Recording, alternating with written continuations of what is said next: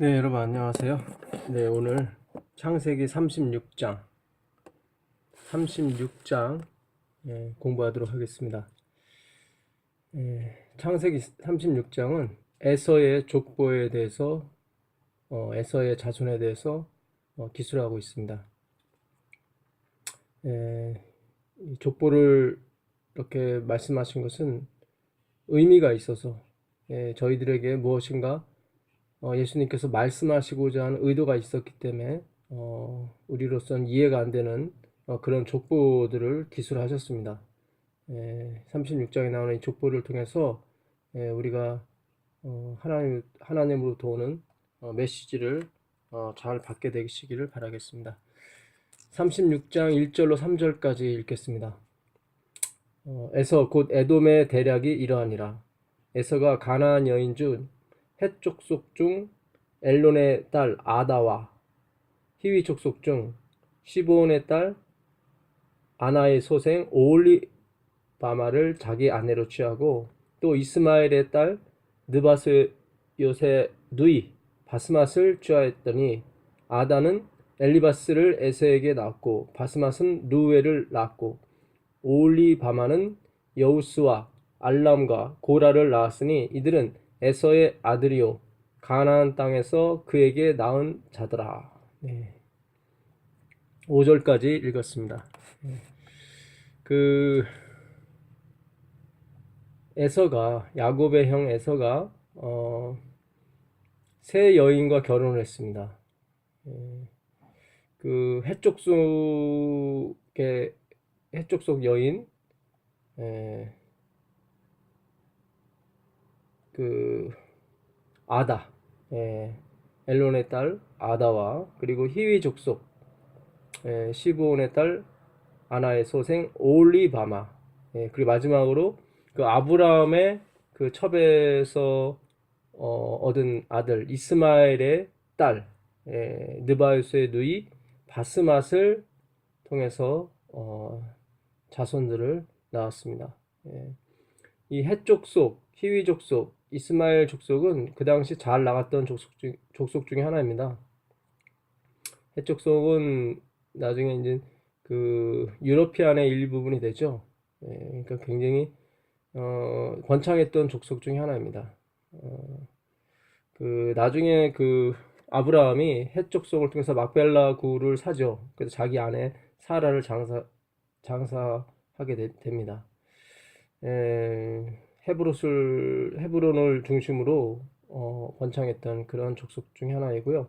히위 족속은 기브온 지방에 살았던 족속 중 가나안 10족속 중에 하나의 족속입니다.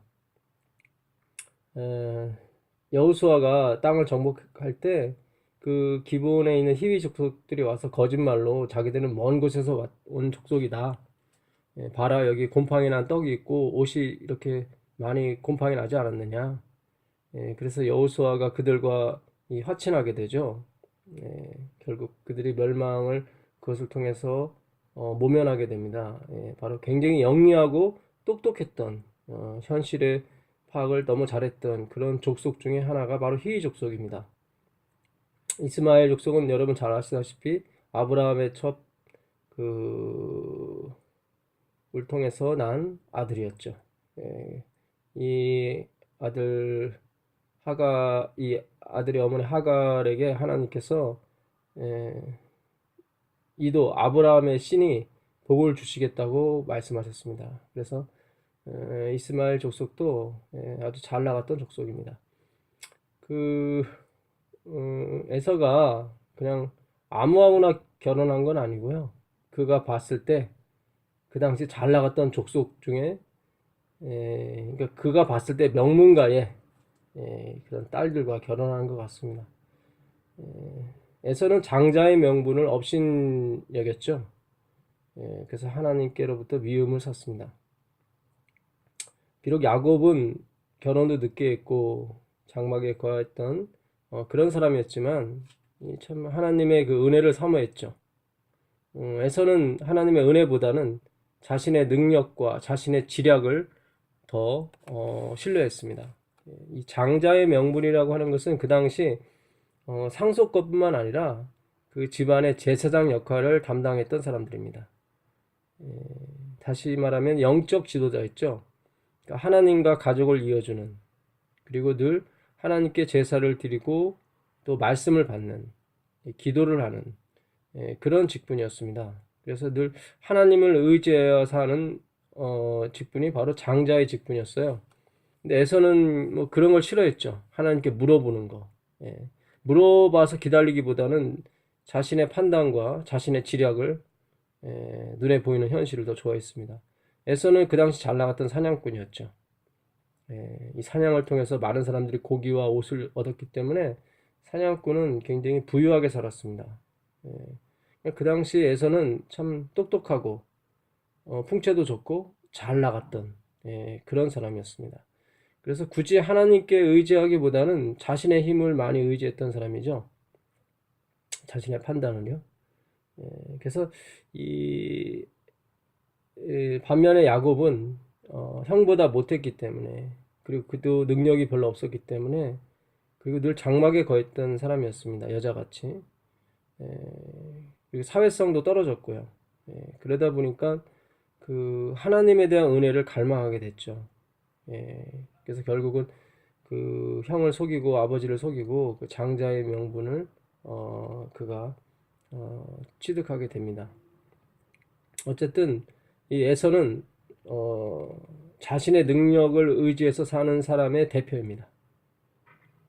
야곱은 하나님을 의지해서 사는 백성들의 대표고요. 이게 한 몸, 리브가의 몸, 이삭의 몸에서 나왔죠. 이 둘은 복중에서 싸웠지만 끝까지 싸웁니다. 예수님 올 때까지. 이 36장 1절에 에서라고 말하면서 에돔이라고 또 말합니다. 36장 마지막 절에도 마찬가지예요. 에돔을 무척 강조하거든요. 이 에돔을 통해서 이스라엘 백성이 많은 고난을 받는데, 특별히 그 고난은 예수님 오실 때까지 이어집니다. 그 헤롯 헤롯 안티파스가 바로 이 에돔 족속입니다.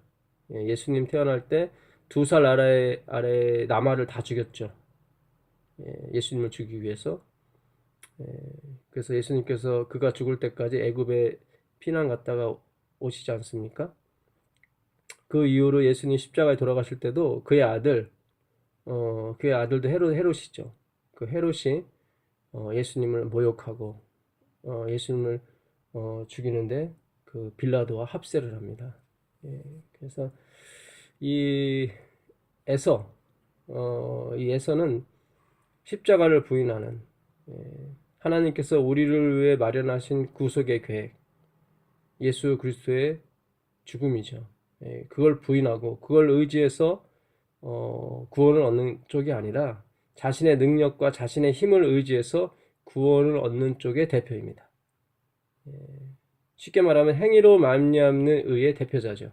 야곱은 믿음으로 말미암는 의의 대표자고요. 그래서 이 36장의 족보는 굉장히 중요합니다. 그 12절에 보게 되면 참 이 첩에 대해서 나와요. 그러니까 36장에는 다 본부인들에 대해서만 나오는데 그 첩에 대해서 유일하게 나오는 데가 12절입니다. 그러니까 아까 그 헷족속 중에 딸 아다가 엘리바스를 낳죠. 근데 엘리바스가 그 첩을 얻습니다. 딥나라는 첩을 얻는데 그 딥나를 통해서 아말렉을 낳죠. 12절에 보게 되면 에서의 아들 엘리바스의 첩 딥나는 아말렉을 엘리바스에게 낳았으니 이들은 에서의 아내 아다의 자손이라. 그래서 유일하게 첩에 대해서 나오는 구절이 12절입니다. 성경이 왜 그 많고 많은 뭐 에서의 첩도 아니고 에서의 아들의 첩에 대해서 이렇게 기술했을까? 지면도 좁고 읽을 시간도 별로 없는데 그것은 분명히 이유가 있어서 그렇죠. 이 아말렉이란 이 사람은 결국 끝까지 나중에 그 예수님 오기 전까지 이스라엘 백성들을 멸망에 이르게 하려고 상당히 괴롭혔던 그런 족속이 됩니다. 그래서 이 아말렉에 대해서 성경에서 기술한 것 같아요. 이 아말렉은 이스라엘 백성이 그 출애굽한 후, 그러니까 지금 아말렉이 태어났을 때 딥나를 통해서 엘리바스의 첩의 아들로 태어났을 때가 BC 2000년경이에요.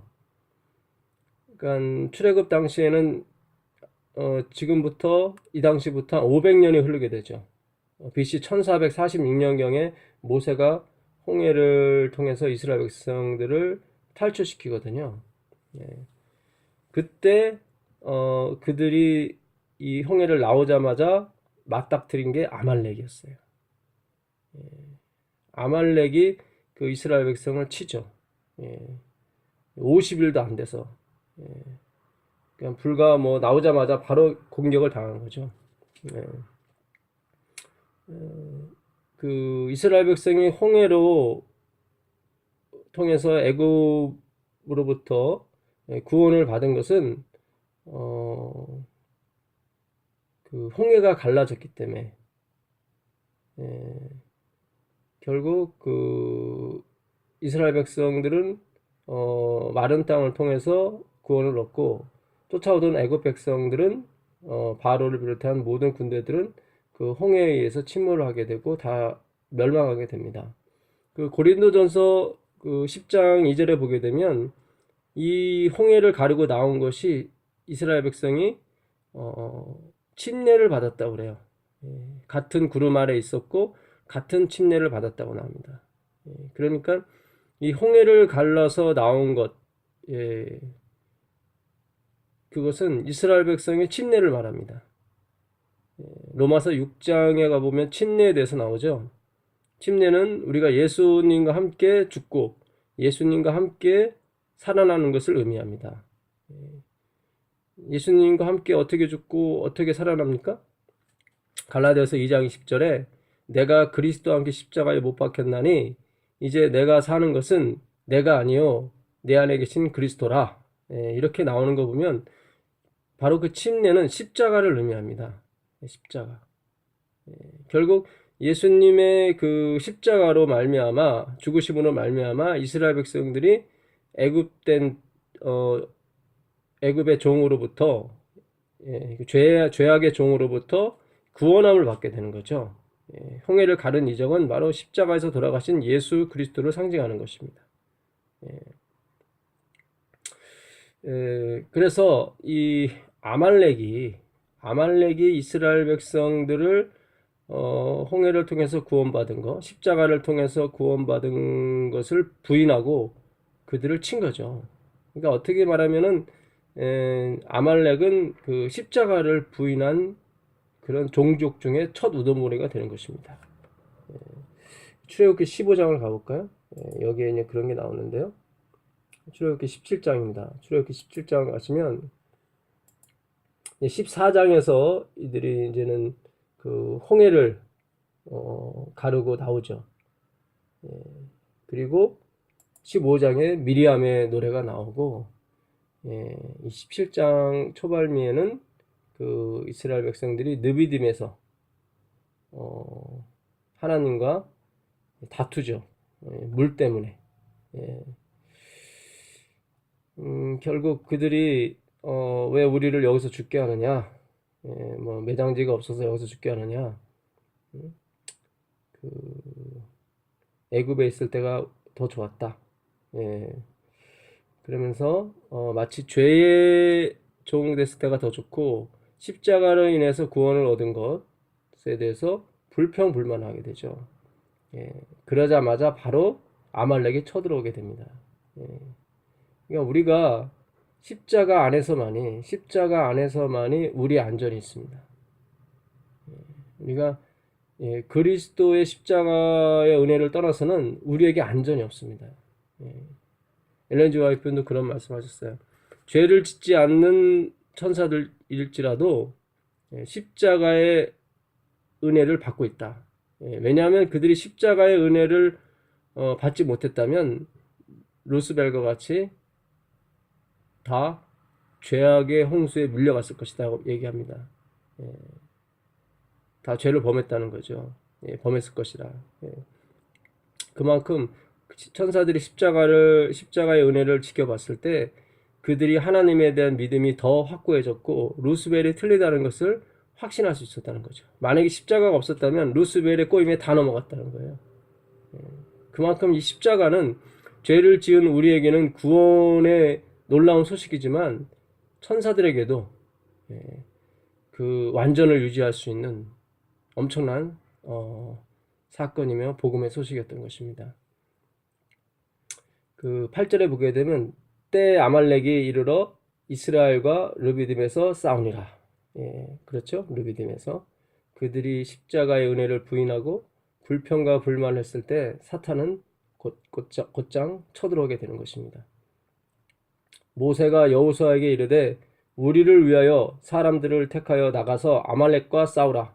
내가 내일 하나님의 지팡이를 손에 잡고 산 꼭대기에 서리라.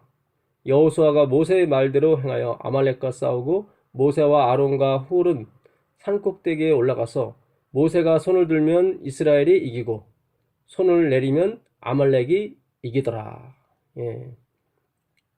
그러니까 아말렉과 싸우는데 모세가 손을 들어 기도하면 이기고 이스라엘이요. 손을 내리면 아말렉이 이겼습니다. 결국은 그 아론과 훌이 모세의 그 팔을 붙들고 계속 있죠. 그래서 결국은 이스라엘이 아말렉을 이깁니다. 그리고 나서 하나님께서 모세에게 말씀하시죠. 이 사건을 책으로 쓰고 또 외워서 노래로 부르게 하라. 그러니까 그 영원토록 기억하라는 말씀의 의미죠. 17장 14절에 보게 되면 여호와께서 모세에게 이르시되 이것을 책에 기록하여 기념하게 하고 여호수아의 귀에 외워 들리라. 내가 아말렉을 도말하여 천하에서 기억함이 없게 하리라. 그러니까 아말렉을 완전히 멸절시켜서 그들의 이름이 그들의 민족이 천하에 기억함이 없게 하겠다고 하세요. 이 세상에서 가장 큰 죄인은 바로 십자가의 은혜, 하나님께서 우리 인류를 위해서 마련하신 구속의 계획을 없인 여기는 자입니다. 무시하는 자입니다. 마치 에서가 장자의 명분, 예수 그리스도의 명분이죠. 예수님도 하나님의 장자가 아니십니까? 그것을 무시하고 없인 여긴 거죠. 결국 그 십자가의 은혜를 무시하니까 자기가 원하든 원치 않든 자기의 후손이 하나님의 아들을 죽이기 위해서 덤벼들지 않습니까? 참 비참한 상황까지 이르게 되죠. 그래서 하나님께서는 십자가의 은혜를 모르는 사람, 그 민족들, 십자가를 도전하는 사람들은 완전히 도말시키겠다. 그 이유인즉슨 십자가만이 우리의 유일한 희망이며 구원의 계획이기 때문입니다. 여기서 하나님께서 도말치 않으시면 결국 보다 많은 사람들에게 십자가의 은혜가 가지 못하죠. 철저하게 아말렉 그런 사상, 행위로 말미암는 사상을 도말해야 되는 것입니다. 왜냐하면 그것은 멸망밖에 없거든요. 모세가 단을 쌓고 그 이름을 여호와 니시라 하고 하나님의 깃발, 승리의 깃발이라고 얘기합니다. 십자가는 승리의 깃발인 것입니다. 이 여호와 니시라는 말은 승리의 깃발 그런 뜻이에요. 우린 십자가를 통해서 승리할 수 있습니다. 우리의 행위나 율법을 통해서 승리할 수 있는 것이 아닙니다. 지금 율법은 출애굽기 20장부터 나옵니다. 십자가가 먼저죠. 출애굽한 그 홍해를 가른 이적이 바로 우리의 유일한 희망인 것입니다. 그것이 없이는 율법도 없는 거죠. 여호와 니시 꼭 기억하시게 되길 바랍니다. 십자가의 승리인 것입니다. 가로되 여호와께서 맹세하시기를 여호와가 아말렉으로 더불어 대대로 싸우리라 하셨다 하였더라. 그러니까 하나님께서 아말렉으로 더불어 대대 싸우겠다고 하시는 것은 바로 인간의 지략과 인간을 의지하는 그런 싸움으로부터 영원히 싸우겠다고 말씀하시는 거예요. 그러니까 예수님께서 2000년 후에 오셔서 이스라엘을 구원하시려고 오셨을 때도 싸우신 것이 바로 그 행위로 말미암는 의의 사상을 가진 사람들이었어요. 대표자가 누구였냐면 아이러니하게도 제사 직분을 맡았던 제사장들, 그리고 성경을 연구했던 서기관들. 그 서기관 중에 또 성경을 가장 많이 안다고 하는 그 민족의 지도자였던 바리새인들. 결국 그들과의 싸움이었죠. 그들과의 싸움이었어요. 그들은 스스로 의롭다고 여겼던 사람들이에요. 자신들이 율법을 지켜서 의롭게 됐다고 생각했던 사람들이에요. 요한복음 10장 1절에 보게 되면 예수님께서 내가 양의 문이라고 말씀하십니다. 문으로 들어가지 아니하고 울타리를 넘어서 들어가는 자는 강도요 절도라고 나와요. 그러니까 울타리는 율법을 의미합니다. 그 양들을 지켜주는 율법이었죠. 근데 그 율법을 통해서 구원을 얻으려고 하는 것들은 뭡니까? 강도요 절도예요. 강도요 절도. 그러니까 우리는 우리가 원하든 우리가 원치 않든 누수벨로부터 아담으로 받은 죄의 속성이 있습니다. 그것은 하나님 없이 우리가 쓰려고 하는 속성이죠. 하나님 없이 쓸 수 있다는 것은 나 자신에게 그런 능력과 가치가 있다는 생각이에요. 그것이 바로 죄입니다. 하바르티아, 이 죄라는 이 히브리어는 목적에서 빗나가다, 관역에서 빗나가다는 뜻이에요. 우리의 목적은 누굽니까? 바로 예수 그리스도예요. 그분의 장성한 분량까지 이루는 것이 우리의 목적입니다. 그분의 그 목적을, 예수 그리스도를 목적을 두지 않는 것, 그런 것들이 다 뭡니까? 죄입니다. 죄예요. 그래서 하나님은 아말렉과 대대로 싸울 것이라고 말씀하십니다. 이후로 500년이 흐릅니다. 500년이 흐러서 1080년경에 이르게 되죠. 그때 하나님께서 이 말씀을 다시 기억하십니다. 사무엘상 15장에 보시면 그 사울에게 하나님께서 명령하시죠. 아말렉을 다 멸절시켜라. 심지어 그들이 기르던 양이나 소나 가축들도 다 멸절시키라. 그러니까 행위로 말미암는 의의 어떤 그림자조차도 다 멸절시키라는 거였어요. 15장 1절 보게 되면 사무엘이 사울에게 이르되 여호와께서 나를 보내어 왕에게 기름을 부어 그 백성 이스라엘을 위해 왕을 삼으셨은즉 이제 왕은 여호와의 말씀을 들으소서. 만군의 여호와께서 이같이 말씀하시기를 아말렉이 이스라엘에게 행한 일 곧 애굽에서 나올 때 길에서 대적한 일을 내가 추억하느니. 그러니까 하나님이 기억하신다는 거예요. 500년이 지났는데도 기억을 하세요. 그만큼 죄는 무서운 거예요. 하나님을 떠나서 스스로 쓰겠다는 생각들은 정말로 무서운 것입니다. 지금 가서 아말렉을 쳐서 그들의 모든 소유를 남기지 말고 진멸하되 남녀와 소아와 젖먹는 아이와 우양과 약대와 나귀를 죽이라 하셨나이다.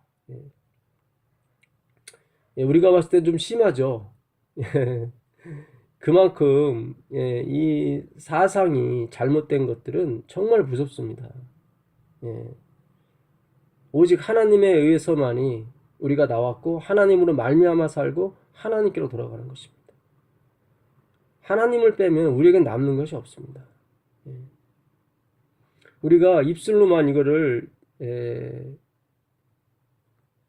이렇게 증거하면 안 됩니다. 우리 생활 속에서도 그것이 나타나야 돼요. 우리가 입술로만 예수님에 의해서 구원을 받는다고 말하고 남들한테 율법을 지키라, 그렇지 않으면 구원을 받지 못한다고 말한다면 이게 어불성설인 것입니다. 그림자가 남는 거예요. 그렇지 않아요. 우리는 이룰 수 없기 때문에 예수님께서 십자가에서 그 율법의 요구를 다 이루셨습니다. 그 이루신 의를 우리에게 값없이 나눠주는 것이 바로 복음이에요. 성경에 가지고 있는 핵심 사상인 것입니다. 우리가 지성소까지 들어가야 돼요. 지성소까지 들어가지 않고 마당만 밟게 되면은 우리 자신의 행위만 결국 나타나게 되고 우리가 드린 헌신, 충성을 구원의 열쇠로 착각하게 됩니다. 믿음의 열쇠로 착각하게 됩니다. 결코 그렇지 않습니다. 남녀와 소아, 어린아이, 젖 먹는 아이까지 다 멸절시키라고 말씀하십니다. 그래서 사울이 보병 한 20만 명을 데리고 갑니다. 갔는데 거기서 다 죽이지 않고 조금 남겨두죠. 자기가 봤을 때 좋아 보이는 거. 자기 말로는 하나님께 드리려고 그가 남겨놨다고 얘기를 합니다. 8절 보게 되면 아말렉 사람의 왕 아각을 사로잡고 칼날로 그 모든 백성을 진멸하였을 때 사울과 백성이 아각과 그 양과 소의 가장 좋은 것 또는 기름진 것과 어린 양과 모든 좋은 것을 남기고 진멸시키기를 즐겨 아니하고 가치 없고 낮은 것은 진멸하니라. 그러니까 자기가 봤을 때 좋고 똑똑하고 좀 가치가 나가는 것은 진멸시키지 않았습니다. 이게 바로 행위로 말미암는 의예요. 자기가 봤을 때 가치 있는 것은 하나님께서 받을 수 있을 거라는 착각이죠. 하나님은 무한하신 분이며 지극히 존귀하신 분입니다. 완전한 것이 아니면 받지 않으십니다. 우리는 본성적으로 악하기 때문에 우리에게 완전이라는 게 나올 수가 없습니다. 우리의 완전은 오직 예수 그리스도 외에는 없습니다. 그분 안에서만 완전히 이루어지는 거예요. 엘렌 G. 화이트인도 우리가 예수님의 살과 피를 먹는다는 것은 예수님께서 우리의 죄를 속하여 주셨고 그분의 죽음을 통해서 또한 그분의 죽음을 통해서 우리가 완전해진다는 거예요. 그걸 받아들이는 거예요. 그것이 바로 예수님의 살과 피를 먹는다는 거예요. 요한복음 6장 53절 이하에 너희가 내 피를 마시지 아니하고 내 살을 먹지 아니하면 영생에 들어가지 못할 것이라고 말씀하셨습니다. 그랬더니 하나님께서 말씀하시죠. 11절 내가 사울을 세워 왕 삼은 것을 후회하노니 그가 돌이켜 나를 좇지 아니하며 내 명령을 이루지 아니하였음이니라 하신지라.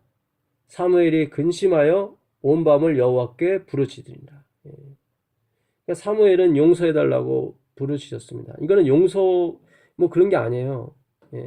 십자가를 믿어야 되는 거예요. 십자가 안에 100% 들어와야 되는 거예요. 내 자신이 십자가 안에 예수님의 속죄 안에 100% 나의 믿음을 두지 아니하고 어떤 선한 일과 어떤 회개의 기도를 한들 소용이 없는 것입니다.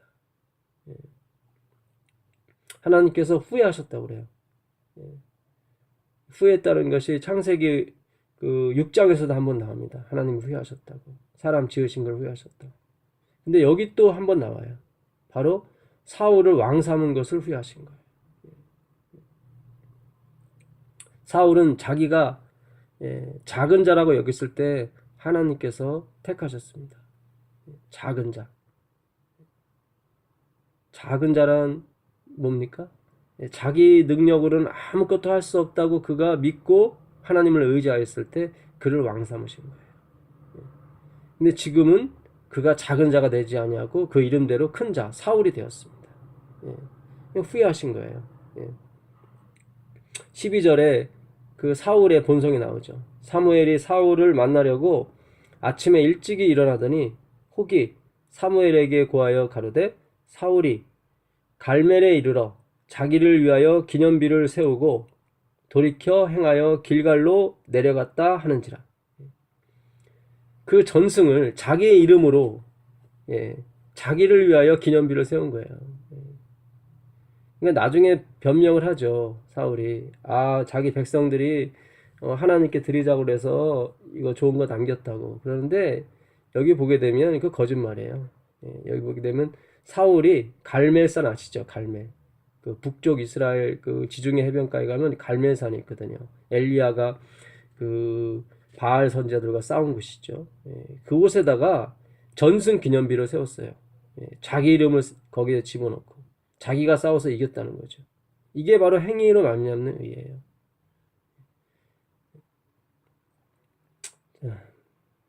그는 뭐 전적으로 자기만이 잘해서 이겼다고 보진 않았겠죠.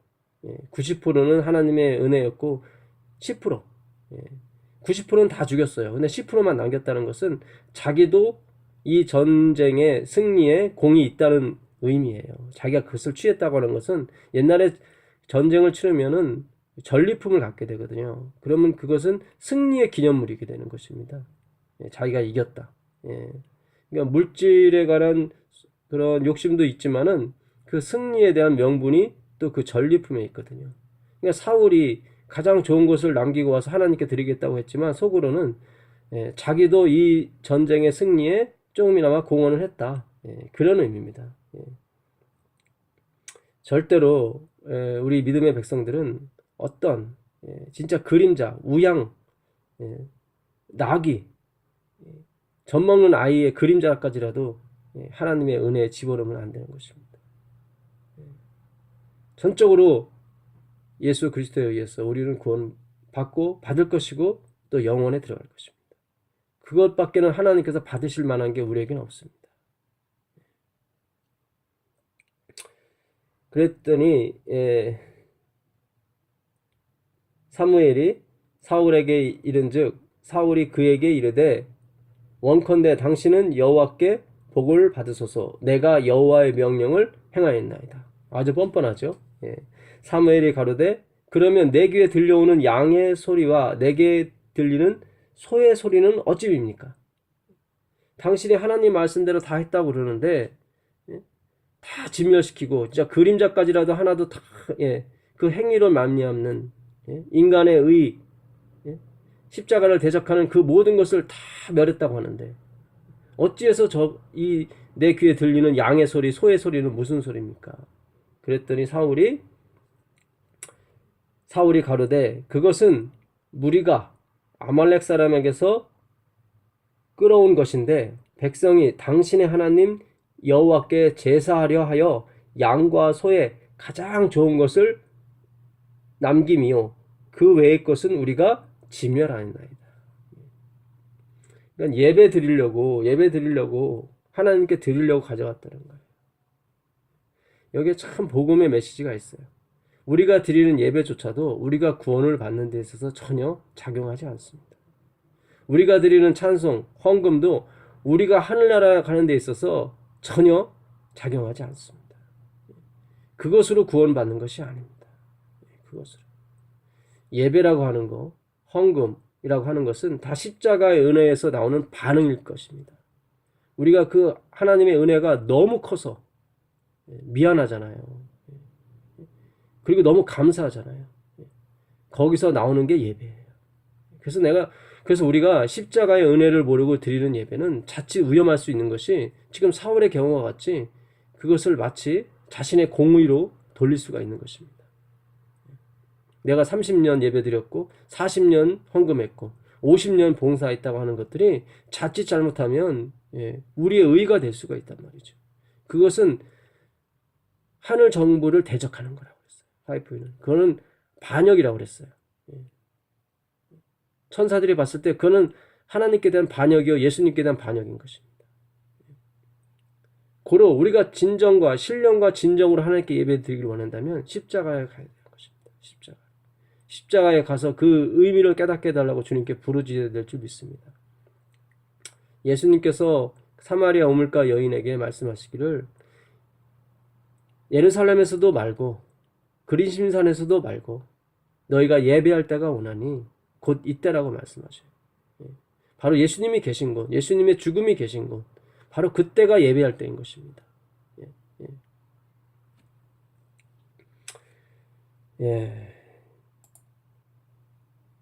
그래서 결국 왕이가 사울에게서 다윗으로 넘어가게 되죠. 예. 그 17절에 보게 되면 사무엘이 가로되 왕이 스스로 작게 여길 그때 이스라엘 지파의 머리가 되지 아니하셨나이까. 그렇죠? 예, 나는 스스로 아무것도 할 수 없다. 베냐민 지파는 또 12지파 중에 가장 작은 지파였어요. 예. 그러니까 무엇을 할 수 있겠습니까? 누가 내 말을 듣겠습니까? 라고 그가 자신을 낮췄을 때 하나님은 그를 들어 쓰셨죠. 여호와께서 왕에게 기름을 부어 이스라엘 왕을 삼으시고 또 왕을 길로 보내시며 이르시기를 가서 아말렉 사람을 진멸하되 다 없이 하기까지 치라 하셨거늘 어찌하여 왕이 여호와의 목소리를 청종치 아니하고 탈취하기에만 급하여 여호와의 악하게 여기시는 것을 행하셨나이까. 이 아말렉을 진멸한다는 것은 결국 죄를 진멸한다는 거예요. 우리가 죄를 하나도 진짜 완전히 진멸하기 전까지는 천국에 가지 못합니다. 그러면 우리가 악을 어떻게 하면 완전히 진멸할 수 있을까? 우리의 힘으로 됩니까? 되지 않습니다. 내가 1000년을 살지라도 내 속에 있는 죄악과 내가 지은 죄를 진멸할 수가 없습니다. 결국 십자가의 보혈만, 예수 그리스도의 보혈만이 우리의 죄를 진멸시킬 수 있는 것입니다. 예수님께서 십자가에 돌아가시면서 하신 말씀 중에 마지막 말씀, 다 이루었다. 다 이뤘다. 뭘 다 이루셨습니까? 속죄를 다 이루신 것입니다. 하나님의 뜻을 다 이루신 것입니다. 하나님의 뜻은 악을 진멸시키는 거였습니다. 예수님의 피 외에는 우리의 죄를 진멸시킬 수 있는 방법이 없는 것입니다. 다시 한번 사울이 변명하죠. 사울이 사무엘에게 이르되 나는 실로 여호와의 목소리를 청종하여 여호와께서 보내신 길로 가서 아말렉 왕 아각을 끌어왔고 아말렉 사람을 진멸하였으나 다만 백성이 그 마땅히 멸할 것 중에서 가장 좋은 것으로 길갈에서 당신의 하나님 여호와께 제사하려고 양과 소를 취하였나이다. 하나님은 고기를 못 드셔서 안달하시는 그런 분이 아닙니다. 이사야서 1장에 보게 되면 내게 가져오는 그 고기들 아주 진력이 난다고 말씀하셔요. 하나님이 뭐 고기 드시려고 고기 가져오는 거 아니거든요. 죄를 없이 하라고 하신 건데, 그래서 예수님께서 말씀하세요. 우리가 서로 변론하자. 너희 죄가 주홍 같을지라도 눈과 같이 희어질 것이요 양털같이 희어지게 해주시겠다고 말씀하시거든요. 결단코 그 죄를 진멸시키는데 우리의 어떤 노력과 우리의 행위가 들어가는 것이 아닌 것입니다. 우리가 지금 이 십자가의 중심 사상을 가지고 있지 않기 때문에 기독교가 오늘 침몰하고 있는 것입니다. 십자가의 사상도 갖고 있죠. 갖고 있는데 거기에 뭔가를 덧붙이는 것입니다. 우리의 헌신, 우리의 희생, 우리의 충성을 거기에 덧붙이는 거예요. 이것은 반역인 것입니다. 이건 침몰인 거예요. 하나님이 어떤 분인데 우리가 드리는 것을 완전하게 받으십니까? 십자가의 피 없이는 그걸 받지 않으십니다. 결단코 받지 않아요.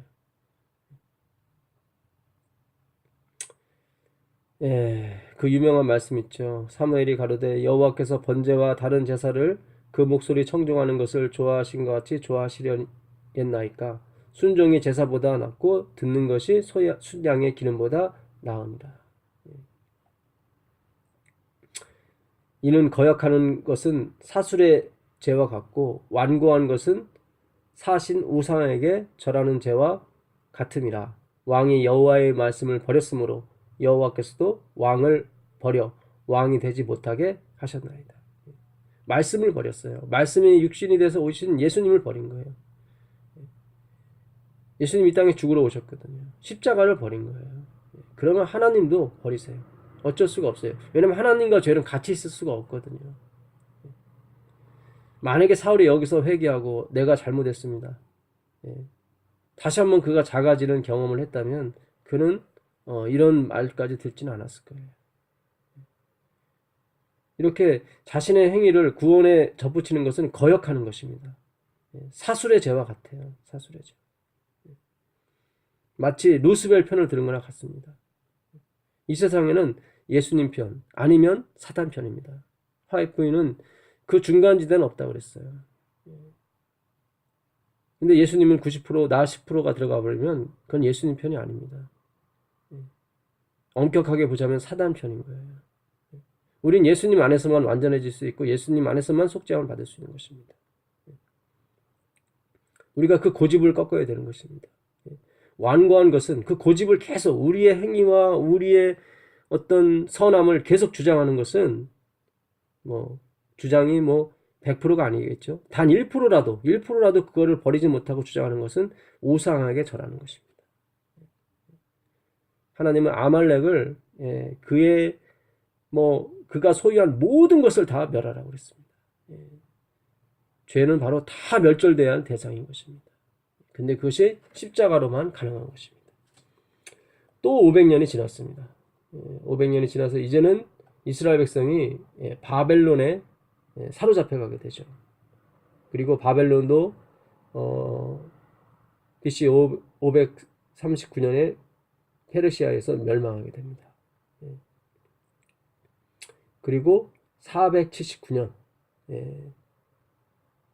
에스더가 페르시아의 왕후가 되죠. 그게 에스더서에 나옵니다. 에스더서에 보시면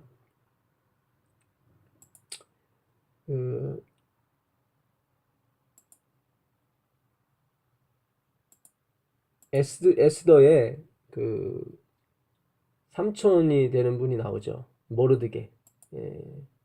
에스더가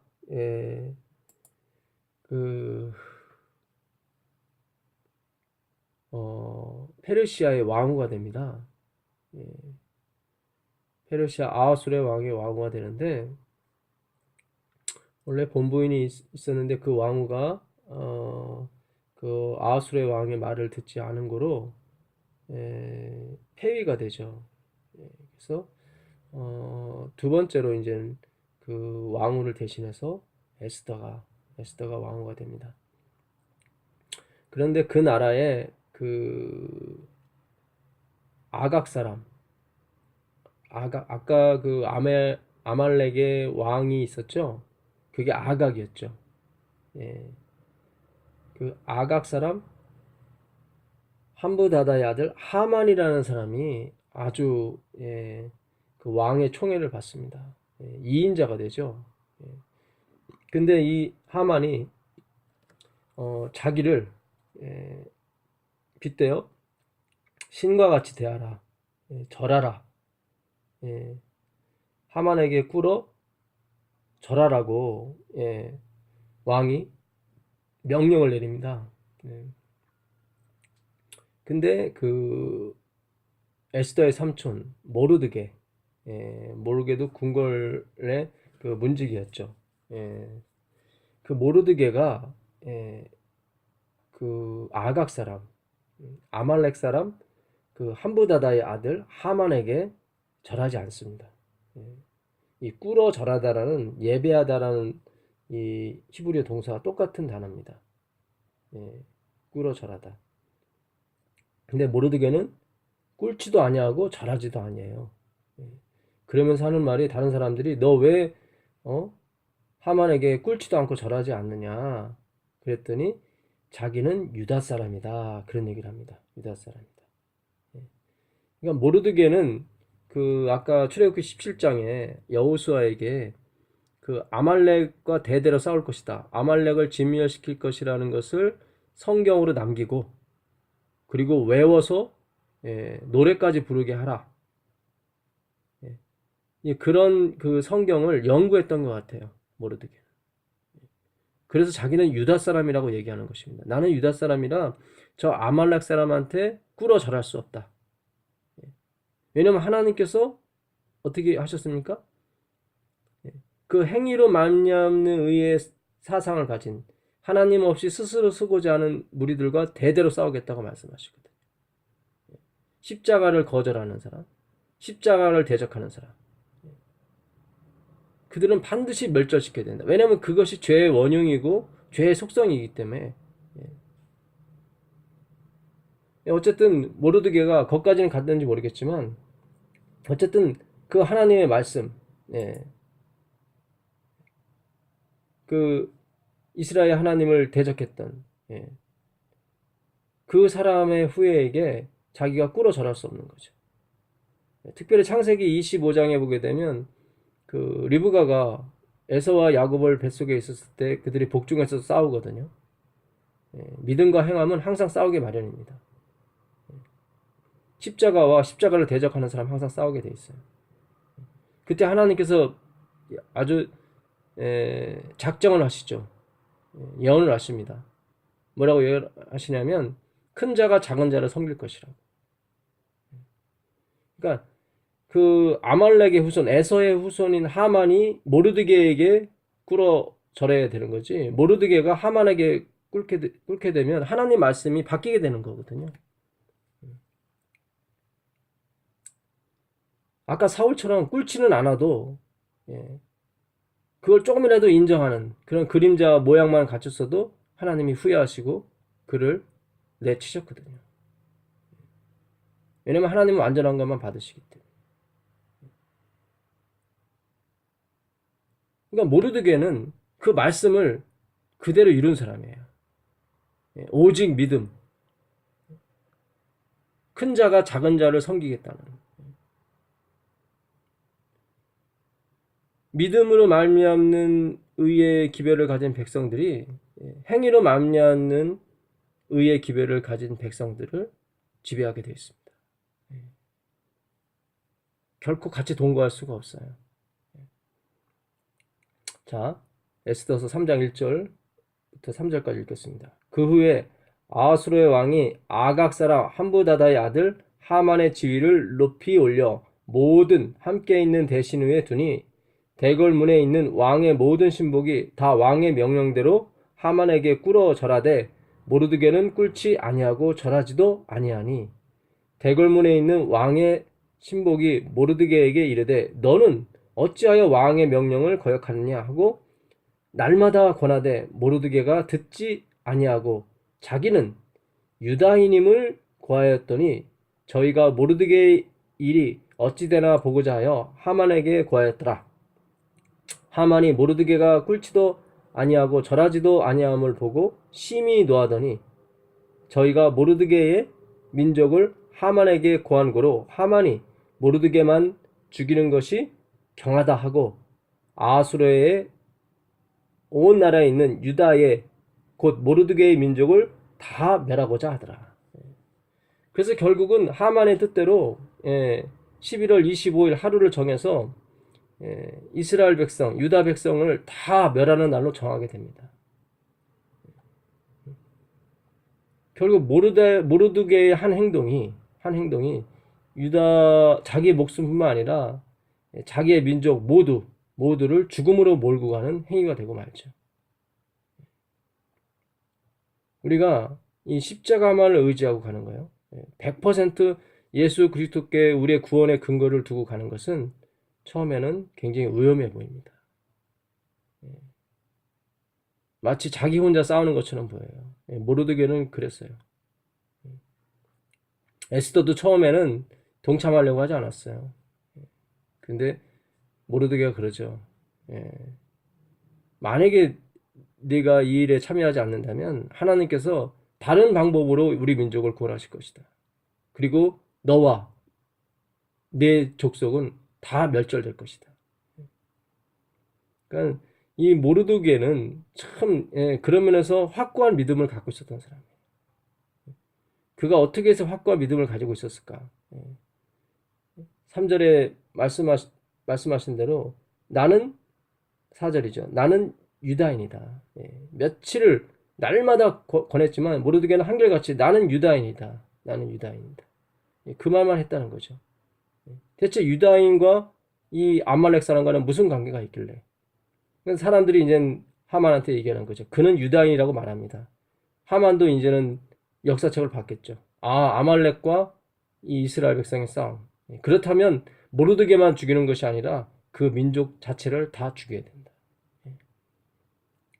오직 예수를 부르짖는 사람은 다 멸절시켜야 된다. 그것이 바로 사탄의 사상이죠. 우리는 그것이 뭔지도 모르고 그냥 사탄의 지배 아래서 그렇게 행하게 되는 거예요. 만약에 우리가 십자가만 의지하지 않게 되면. 참 무서운 거예요. 왜냐면 이 세상의 싸움은 혈과 육의 싸움이 아니거든요. 에베소 6장 12절에 우리의 씨름은 혈과 육의 씨름이 아니라고 돼 있어요. 공중의 권세 잡은 자들, 악한 영들과의 싸움이라고 그랬어요. 그래서 우리 힘으로는 못 이겨요. 절대 않고 못 이겨요. 내가 어떻게 십자가의 은혜를 부인해?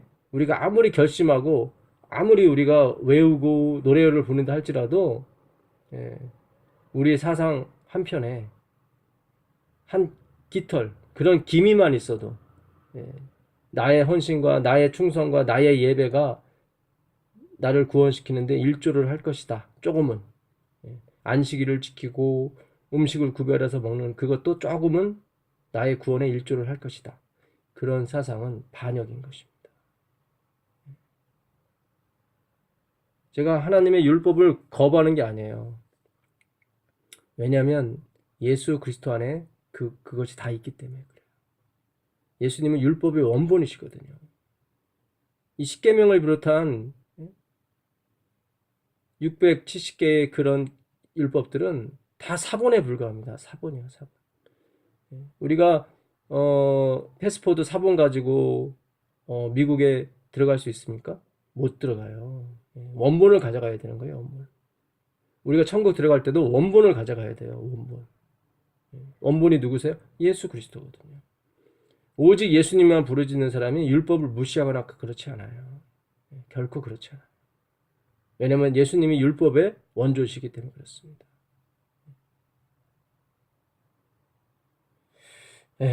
우리가 참 오직 예수, 오직 십자가의 은혜가 무엇인지를 우리가 깊이 알아야 필요가 있는데 그것이 성경을 통해서만이 가능하다는 거예요. 결국 모르드게는 성경에 관심이 많았던 사람이고 성경을 연구했던 사람이에요. 그렇기 때문에 그는 나는 유다인이라. 비록 1000년이 지났지만 아니죠. 1500년이 지난 거죠. 1500년이 지났지만 그는 성경의 말씀을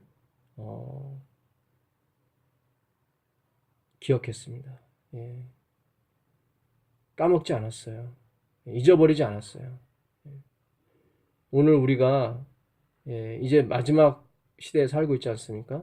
우리가 천국 문을 들어가기에 앞서서 반드시 거쳐야 될 것이 있는데 바로 성경 연구인 것입니다. 우리가 성경을 모르고서는 절대 않고 우리가 꿇지도 아니하고 절하지도 아니할 수가 없습니다. 성경을 통해서만이 우리가 꿇지 아니하고 절하지 않을 수 있는 거예요. 성경은 예수 그리스도를 우리에게 계시하는 책입니다. 나타내는 책이고 드러내는 책이에요. 읽는 것으로 부족합니다. 연구를 해야 되는 것입니다. 결국 모르드게가 자기를 비롯해서 모든 민족을 사지로 넣는 행동을 했지만은 그러나 이것이 성경에 입각한 것이었기 때문에 하나님의 뜻이었기 때문에 어떻게 됐습니까? 얼마 안 있어서 에스더가 479년에 왕위에 오르게 되거든요. 여러분 아시다시피 그 457년에 아닥사스다 제7년 에스라서 7장 7절에 보게 되면 그 아하수르의 아들이죠. 아하수르의 아들 아닥다스다가 칙령을 내리죠. 어떤 칙령입니까? 모든 이스라엘 백성은 본국으로 돌아가라. 기가 막힌 이게 복음이에요. 그러니까 모르드게가 십자가만을 의지하고 하나님의 은혜만을 의지하고 오직 그분의 은혜에 자신의 믿음을 다 두었을 때 처음에는 죽음으로 들어가는 것 같이 암흑스럽고 괴로운 것처럼 보였지만은 결국 예수님이 개입하심을 말미암아 어떻게 됩니까? 단 22년 만에 완전히 해방되는 거죠. 이 일로 인해서 결국은 불임절이라는 게 생기죠. 그 날이 이스라엘 민족을 멸하라고 하는 그 날이 결국은 아말렉을 멸하는 날로 바뀌게 되죠. 이스라엘 십자가를 대적하는 모든 무리들을 멸절시킬 수 있는 권한을 다시 주게 됩니다. 완전 역전 드라마죠. 예, 그래서 이스라엘 백성은 그 불임절을 아직도 지키고 있습니다. 예, 바로 십자가는 우리의 인생을 역전시키는 하나님의 엄청난 계획인 것입니다.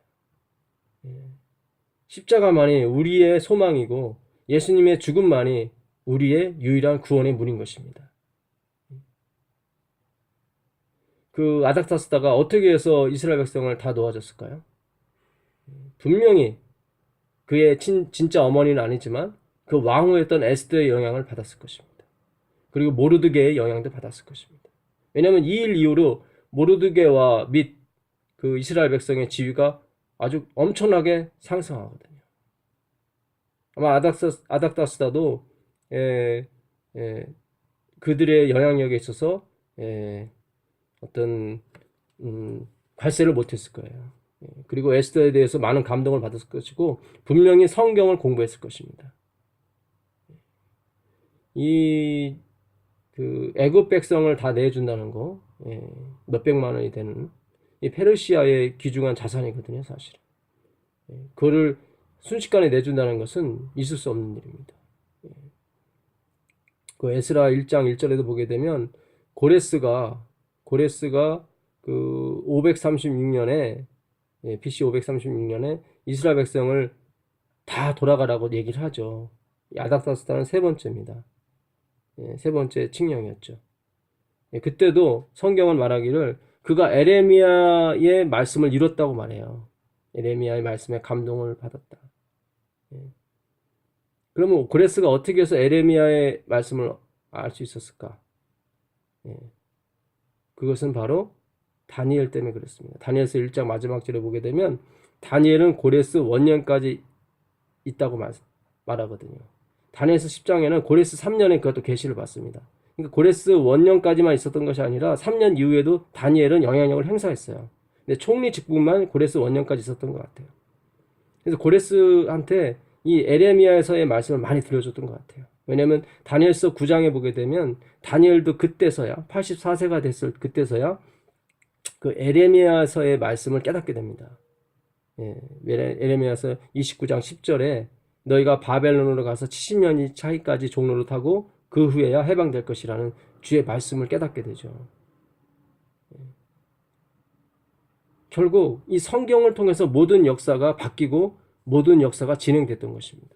다니엘조차도 마찬가지였어요.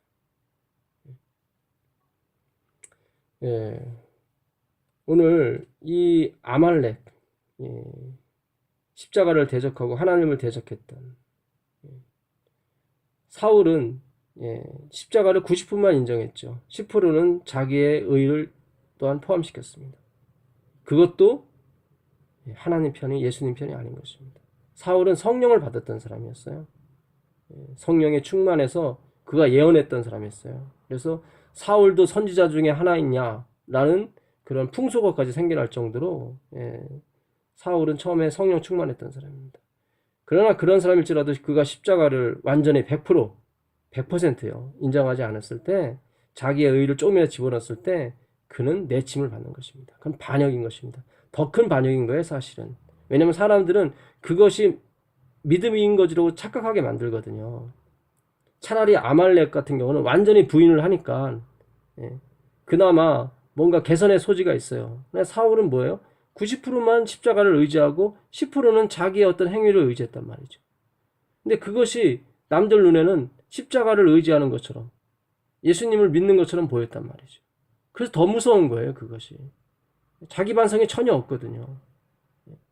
그래서 그 라오디게아 교회에게도 예수님께서 너희가 차든지 더없든지 하기를 원한다고 말씀하셔요. 이같이 뜨뜻미지근해서 십자가도 인정하고 자기 행위도 인정해서 나는 부자라 부유한 것이 없다. 나는 벌거벗지 않았다. 나는 그래도 좀 뭔가 있다. 나는 지혜롭다. 나는 믿음이 있다. 하는 그것이 하나님 보시기에 토하여 내치는 거예요. 너의 가련한 것과 벌거벗은 것을 알지 못하는도다.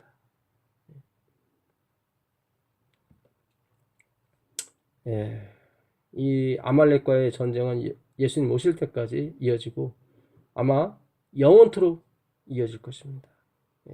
왜냐하면 죄라는 것은 바로 이 십자가의 은혜, 하나님의 전적인 은혜로 말미암아 우리가 출생하였고 우리가 성화되고 영화까지 이른다는 사상을 부인하는 거기 때문에 이것은 아마 영원토록 우리의 싸울 제목인 것입니다. 우리가 천국에 가서도 이 십자가의 은혜, 예수 그리스도의 죽음의 은혜를 우리가 기억지 않는다면 그것은 바로 반역이에요. 그것은 죄이고. 그럴 때 우리가 예수님의 그 손에 그 못자국을 보고 우리가 죄를 지을 마음을 다시 안 갖는다고 그러죠. 그만큼 이 예수님의 죽음과 십자가의 은혜는 영원토록 우리에게 가치가 있으며 천사들의 완전함을 지켜주고 또 우리의 완전함을 이어주는 너무나도 귀중한 사건인 동시에 복음의 소식인 것입니다. 오늘 우리가 이 창세기 36장 에서의 후손 그 헷족속 그 당시 자기가 봤을 때 명문가의 딸과 아다와 결혼해서 낳은 엘리바스는 첩을 얻어서 딥나라는 사람 통해서 아말렉을 낳습니다. 그것이 결국 나중에 어떻게까지 1500년이 지난 후에 이스라엘 백성을 멸절시키려고 하는 씨를 말리려고 하는 그런 계획을 세웠던 민족이 바로 그 아말렉 민족이었다는 거죠. 에서의 후손이었습니다. 리브가의 뱃속에서 나왔고 이삭의 후예들이었어요. 우리가 십자가를 의지하지 않았게 되면 내가 아무리 외모가 출중하고 아무리 지혜롭고 사냥을 잘해서 돈을 많이 벌지라도 그런 것들이 다 하나님을 십자가에 못 박는 그런 원인에 불과한 것입니다. 모르드게는 하나님의 말씀을 면밀히 살폈고 기억했던 사람입니다. 내가 이 십자가의 은혜를 부정하는, 홍해를 가르고 이스라엘 백성을 구원한 그 하나님의 역사를 부정하는 그런 민족 아말렉과 대대히 영원토록 싸우겠다 하신 말씀을 그는 지켰던 사람입니다. 그래서 그 말씀이 옳다는 것을 증명했던 사람입니다. 결국 자기도 예기치 못했던, 상상치 못했던 일이 그 일로 인해서 벌어지게 됐던 것이 바로 아닥다스다 제7년에 이스라엘 민족의 영원한 해방이었던 것입니다.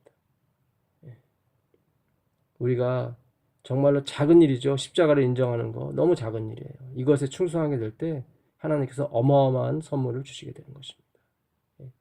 네가 이 지극히 작은 것에 충성하였은즉 내가 나의 모든 것으로 너에게 맡기겠다고 말씀하시거든요. 그것은 바로 성경 연구를 통해서 모르드게가 온 것처럼 나는 유다인이다. 자꾸 유다인을 강조했다는 것은 그가 성경을 연구했다는 것이고 출애굽기 17장을 그가 봤다는 얘기입니다. 우리가 사울처럼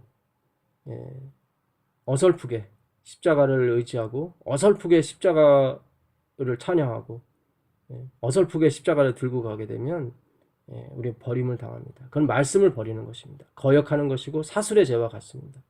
우상을 섬기는 죄와 같습니다. 우리 자신에게는 오직 죄만 짓는 그런 것밖에 없습니다.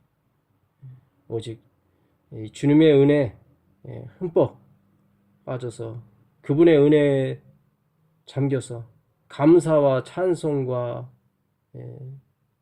그분의 영광으로 사는 여러분과 제가 되길 간절히 바라면서 오늘 창세기 36장 공부 마치겠습니다. 감사합니다.